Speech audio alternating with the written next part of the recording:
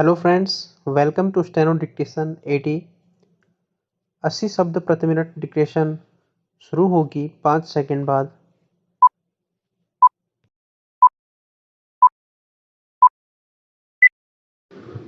Ready, start. अध्यापन का दायित्व शिक्षक पर होता है। वह ही शिक्षा स्तर को उन्नत करता है।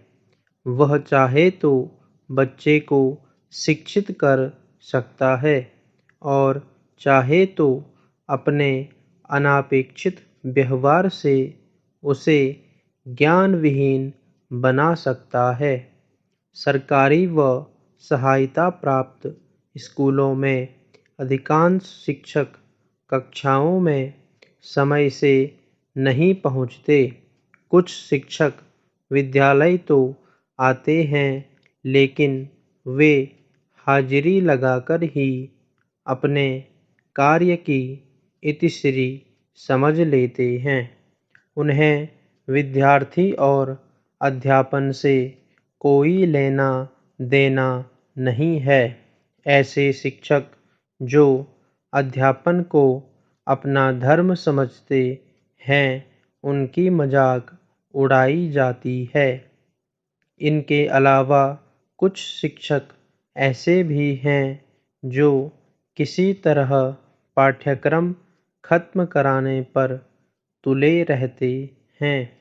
स्वतंत्रता पूर्व शिक्षक स्कूल या कॉलेज आने से पूर्व स्व अध्याय करके आते थे। इस प्रकार उन्हें कक्षा लेने में दिक्कत नहीं आती थी। आज का शिक्षक अपने आप को विषय विशेषज्ञ समझने लगा है।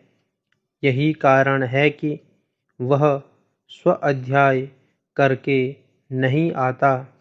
कई बार कक्षा में बच्चे द्वारा पूछे गए प्रश्न का उत्तर वह अगले दिन बताने की बात कहकर प्रश्न को टाल देता है। ऐसा इसलिए होता है क्योंकि शिक्षक स्व अध्याय करके नहीं आया है। भारत की वर्तमान शिक्षा प्रणाली ब्रिटिश प्रतिरूप पर आधारित है, जिसकी नींव 1835 में रखी गई थी। शिक्षा स्तर को उन्नत करने के लिए पहला आयोग 1948-49 में राधाकृष्णन आयोग के नाम से गठित हुआ था। इसके बाद वर्ष 1952 में दूसरा आयोग गठित हुआ। इस आयोग को मुदालियर आयोग का नाम दिया गया।